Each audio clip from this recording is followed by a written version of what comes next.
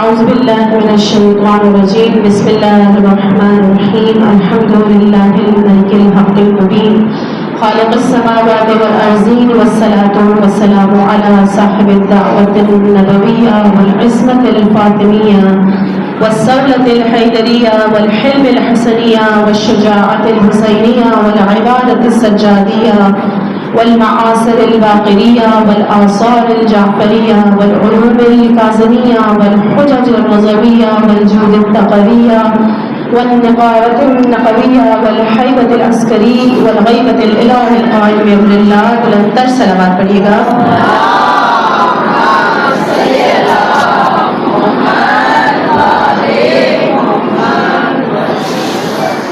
آج جس موضوع کا انتخاب کیا ہے وہ حقیقت خواتین کے لحاظ سے ہے. بہرحال مرد بھی اس میں آتے ہیں لیکن وہ جس کا انتخاب ہے وہ ہے پردہ, کہ جو ہم تمام خواتین کی میراث ہے.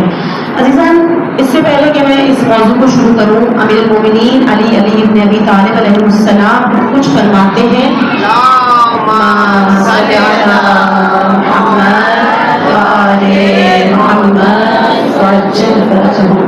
امام کچھ اس طرح سے فرماتے ہیں کہ القریب ایک ایسا زمانہ آئے گا کہ عورتیں اس زمانے میں لباس تو پہنے ہوئے ہوگی لیکن پھر بھی ان کا جسم, ان کا بدن نظر آ رہا ہوگا. جب بچپن میں نے اس حدیث کو سنا تھا اپنی والدہ کے زبان سے تو مجھے حیرت ہوتی تھی, کیونکہ ایک زمانے میں واقعی انسان یہ نہیں سوچ سکتا تھا. لیکن اگر آپ دیکھیں تو واقعی ایسے ایسے کپڑے بن رہے ہیں, خواتین نیٹ کی پوری آستینیں پہنتی ہیں اور سب کچھ نظر آ رہا ہوتا ہے اور کہنے کو ان کو ہوتا ہے کہ میں نے تو فل آستینیں پہنی ہیں.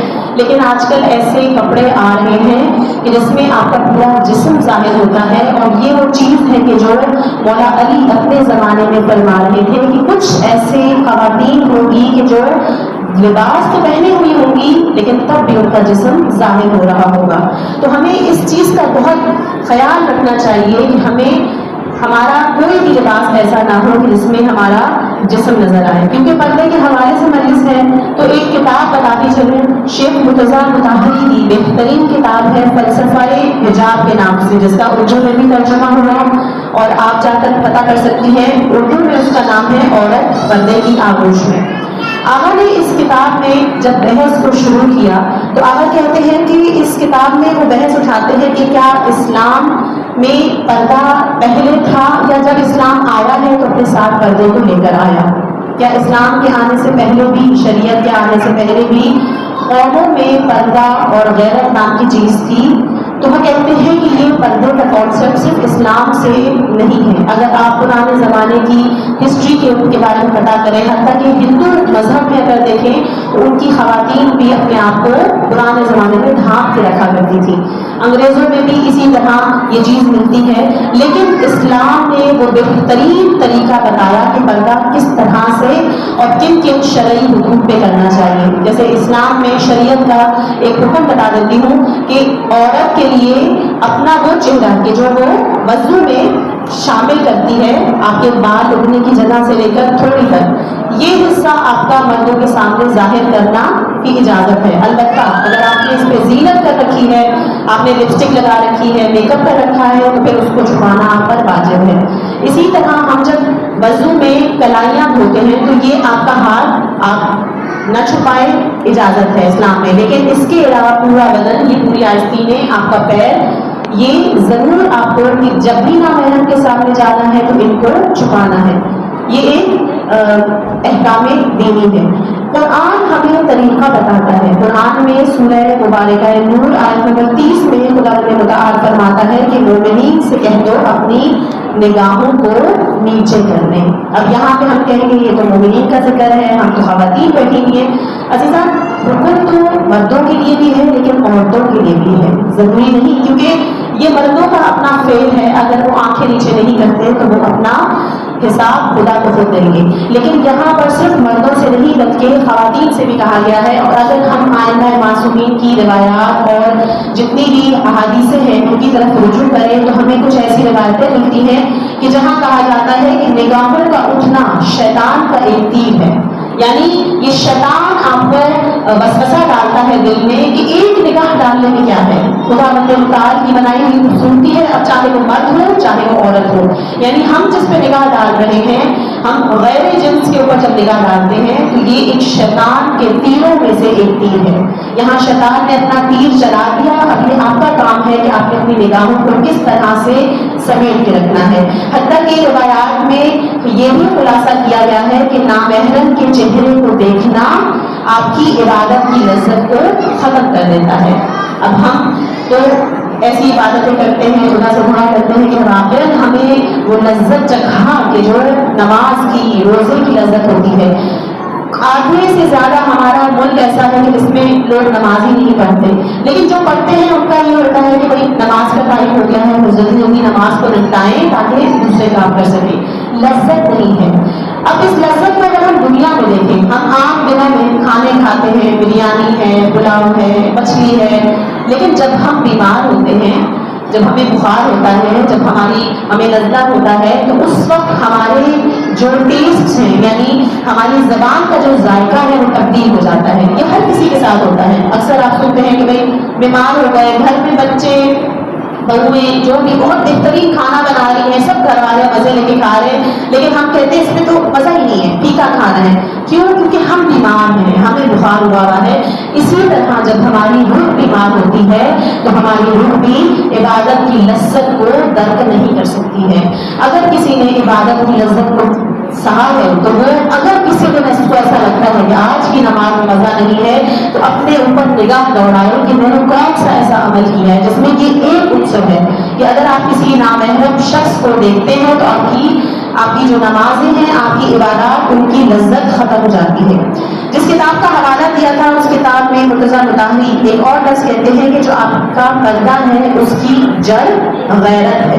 غیرت مختلف طریقے سے سامنے آتی ہے۔ جیسے میں اگر اپنی ذات کی بات کروں تو میری غیرت کی گوارا نہیں کرے گی کہ کوئی بھی نامحرم شخص مجھ سے بات کرے۔ میں صرف ان خاص گنے چنے لوگوں کو ہی اجازت دوں گی، ہر اہل غیرت کو اجازت نہیں دوں گی۔ یہ ہر انسان کے اندر اس کی غیرت ہوتی ہے، چاہے مرد ہو چاہے عورت ہو، البتہ عورتوں میں یہ غیرت زیادہ سامنے آتی ہے۔ اسی طرح میں ہر شخص سے بات کروں گی لیکن میرا بولنے کا طریقہ، میرا لب و لہجہ سب سے مختلف ہوگا۔ اگر مختلف نہیں ہے تو اپنے لب و لہجوں کو مختلف کریں۔ آپ اپنے بھائی باپ سے جس طرح سے بات کرتی ہیں ویسے آپ کسی دکاندار سے بات نہیں کریں گی۔ یہ وہ غیرت ہے کہ جو ہمیں پردہ کرنے کی طرف اکساتی ہے۔ عزیزان، ہم اپنی زندگی میں جتنا بھی عمل کرتے ہیں اس عمل کرنے کے لیے ہمیں مین چیز کیا درکار ہے؟ وہ ہے تقویٰ۔ لیکن ہمارے گھر میں فرض کریں گاڑی کھڑی ہوئی ہے اور ہمیں سفر پہ ایک منزل تک جانا ہے اور کوئی کہے کہ اس کی تو ٹنکی خالی ہے، آپ کیا کریں گے؟ پورا ڈور پانی کا اٹھا کے لیں اور اس میں بھر دیں، کیا وہ گاڑی چلے گی؟ نہیں، کیونکہ گاڑی کو چلنے کے لیے پیٹرول چاہیے۔ اگر آپ نے پیٹرول نہیں ڈالا گاڑی نہیں چلے گی۔ اسی طرح ہمارے عمل ہیں، اگر ہم نے اپنے عمل میں تقوی کا عنصر نہیں لے کر آتے، اگر ہم لوگوں کو دکھانے کے لیے یا کسی اور غرض سے بغیر تقوی کے عمل بھی کرتے ہیں تو وہ عمل ہمارا آگے تک نہیں پہنچے گا۔ تو ضروری ہے ہم خواتین کے لیے کہ ہم اپنے عمل میں تقوی کو لے کر آئیں، اور تقوی میں لانے کے لیے یہ وہ چیزیں ہیں کہ اگر آپ کسی سبزی والے سے بات کر رہے ہو، اگر آپ کسی کپڑے کی دکان والے سے بات کر رہے ہو تو آپ کی غیرت اجازت نہیں دے گی کہ آپ اس شخص سے فری ہو، کیونکہ جہاں تک ظاہری بات ہے مجبوری ہے، ہمیں بھی باہر نکلنا ہے، خریداری کرنی ہے۔ اگر تو کوئی مرد آپ کو پرووائڈ کرتے ہیں، آپ خوش ہو کہ میں گھر میں آرام سے بیٹھی ہوئی ہوں، ہمارے مرد سب خوش لا رہے ہیں۔ عموماً خواتین کو برا لگتا ہے اگر آپ کے مرد فیسلٹی دے رہے ہیں تو آپ خوش ہو کہ آپ کو نامحرم کو دیکھنے کی ضرورت نہیں پڑ رہی۔ لیکن اگر کوئی عورت مجبور ہے، کسی گھر میں مرد نہیں تو وہ عورت اگر نکل رہی ہے تو اپنے ٹون کو اتنا سخت بنائے کہ وہ مرد آگے سے اس کو پلٹ کے دیکھے بھی نہ۔ اسی طرح ہمارے معاشرے میں ایک اور چیز ہے، ماں بولی، بیٹیاں، بہنیں، یہ میرا بھائی ہے، جو کہ خدا نے آپ کو بھائی نہیں بنایا، اور اس کے عموماً مرد حضرات بچے ہوتے ہیں، جوان بچے، ان کو ہم کہتے ہیں کہ یہ تو میرا بھائی جیسا ہے۔ مرد حضرات کہتے ہیں میری بہن جیسی ہے، میری ماں جیسی ہے۔ ماں جیسی ہے، ماں نہیں ہے۔ جب اللہ نے کچھ رشتے آپ کے حساب میں رکھ دیے ہیں جیسے آپ کا والد، آپ کا بھائی، بیٹا، شوہر، بھتیجا، بھانجا، دادا، نانا، ماموں، چچا، ان کے علاوہ جو محرم رشتے نہیں ہیں وہ آپ کی ایک باؤنڈری سے باہر ہیں. جیسے گھر کی ہم حدود بناتے ہیں تو اس میں ہم کسی اور کو داخل نہیں کرتے، کسی ایرے کو. اسی طرح جو اللہ نے ہمارے محرم رشتے رکھے ہیں ان میں ہم کسی اور باہر والے کو شامل نہیں کر سکتے. آپ کو اگر کسی غیر محرم سے کام ہے آپ اپنے گھر کے مردوں سے کہیں، عورتوں کو کیا ضرورت ہے. اسی طرح عموماً کچھ خاندانوں میں دیکھا گیا ہے کہ خواتین مردوں کی مدد کرتی ہیں، انہیں کے گھر کے مرد حضرات خواتین کی مدد کرتے ہیں. بھائی جب خواتین موجود ہیں تو آپ کو کیا ضرورت ہے کہ آپ اپنے شوہروں کو ان کی خدمت کے لیے بھیجیں. آپ جائیں ان کی خواتین کی خدمت کریں، اسی طرح وہ مردوں کی خدمت کریں. تو یہ وہ باؤنڈریز ہیں کہ جو خدا نے بنائی ہیں اور ہمیں انہی رشتوں کو کے ساتھ جس طریقے سے مطلب ایک ہمارا جسم ایک رویہ بتاتا ہے کہ کس طرح سے آپ نے اس سے بات کرنی ہے. فرض کریں آپ بیٹھی ہوئی ہیں، کوئی نامحرم شخصیت آپ کے ساتھ میں آ کے بیٹھ جائے، آپ فوراً سے اٹھیں اور کہیں اور جا کر بیٹھ جائیں. نہیں، ہمیں ہوتا ہے کہ پڑوس والا تو ہے، کچھ نہیں ہوتا، میرے چچا کا بیٹا ہی تو ہے، کزن ہی تو ہے. وہ شخص نامحرم ہے آپ کا. اگر آپ اس سے فری ہوں گی وہ شخص خود بخود آپ سے فری ہوگا. تالی ایک ہاتھ سے نہیں بجتی، دونوں ہاتھوں سے بجتی ہے. اگر کہیں پر کوئی مسئلہ ہوتا ہے تو خواتین کہتی ہیں مردوں کی بری نگاہیں ہم پہ پڑی. یہ قصور ہمارا ہوتا ہے جب ہم ان کو آگے سے ویلکم کرتے ہیں کہ آؤ میں تم سے بات کر رہی ہوں، تو پھر مرد بھی آگے سے فری ہو جاتا ہے. اسی طرح بلا وجہ مسکرانے کے بارے میں روایات ہیں. خوش اخلاق ہونا چاہیے. عورت کے لیے خوش اخلاقی دکھائے، مرد کے لیے خوش اخلاقی دکھائے. کس جگہ پہ لکھا ہے کہ ایک عورت کو مرد کے ساتھ خوش اخلاقی کرنی ہے؟ خوش اخلاقی کا حکم یہاں پر نہیں آتا عزیزان. اگر کوئی عورت کسی مرد سے اچھے طریقے سے بات کر رہی ہے، بہترین مسکرا کے، یہ خوش اخلاقی نہیں ہے. آپ ان کے گھر کی خواتین سے خوش اخلاقی کرتے ہیں، مرد ان کے مردوں سے خوش اخلاقی کرتے ہیں، لیکن یہ عورت اور مرد جو نامحرم ہیں ان کے اندر خوش اخلاقی مسکرانا یہ غلط چیز ہے.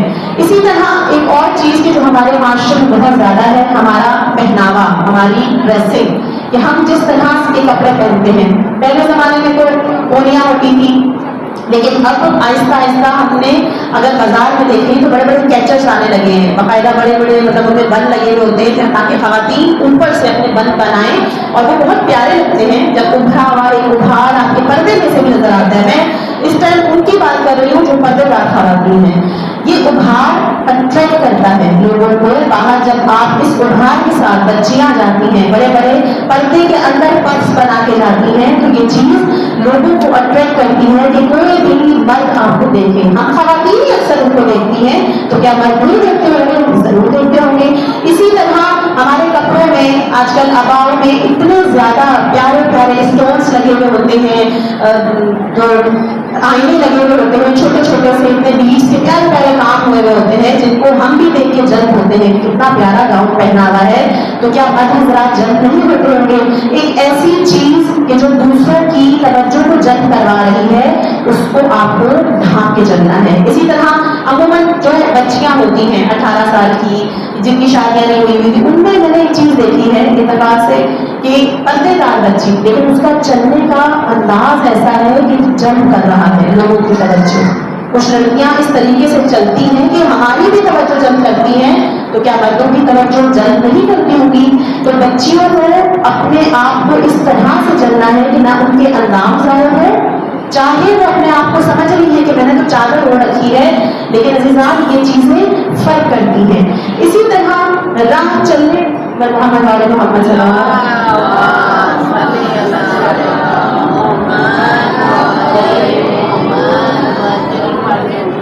ہمارے ہاں ایک ڈریسنگ کی جو بچیاں ہوتی ہیں چھوٹی چھوٹی بالغ نہیں ہیں، 3-4 سال کی بچیاں، عموماً ان کو ڈریسنگ پہنائی جاتی ہے. بہت عام ہو چکا ہے اب تو، ہر جگہ میں دیکھتی ہوں. جب ان سے کہا جاتا ہے کہ بچی کا کندھا نظر آ رہا ہے، یہ بری بات ہے، تو وہ کہتی ہے کہ کون سی بالغ ہے، ابھی ہم ان کو اسکارف پہنا دیں، گرمی میں مار دیں. آپ کو اسکارف پہنانے کو نہیں کہا جا رہا ہے. بچیوں کے جب ہاتھ نظر آتے ہیں تو وہ پیاری لگتی ہیں. یہ بات اگر اپنے دل پہ ہاتھ رکھے ہوئے تو واقعی پیاری لگتی ہیں. عزیزان اگر ہم نے ایسی ڈریسنگ کی ہوئی ہو، ہمیں کوئی گندی نگاہ سے دیکھتا ہے، ہم اس کو جان سکتے ہیں،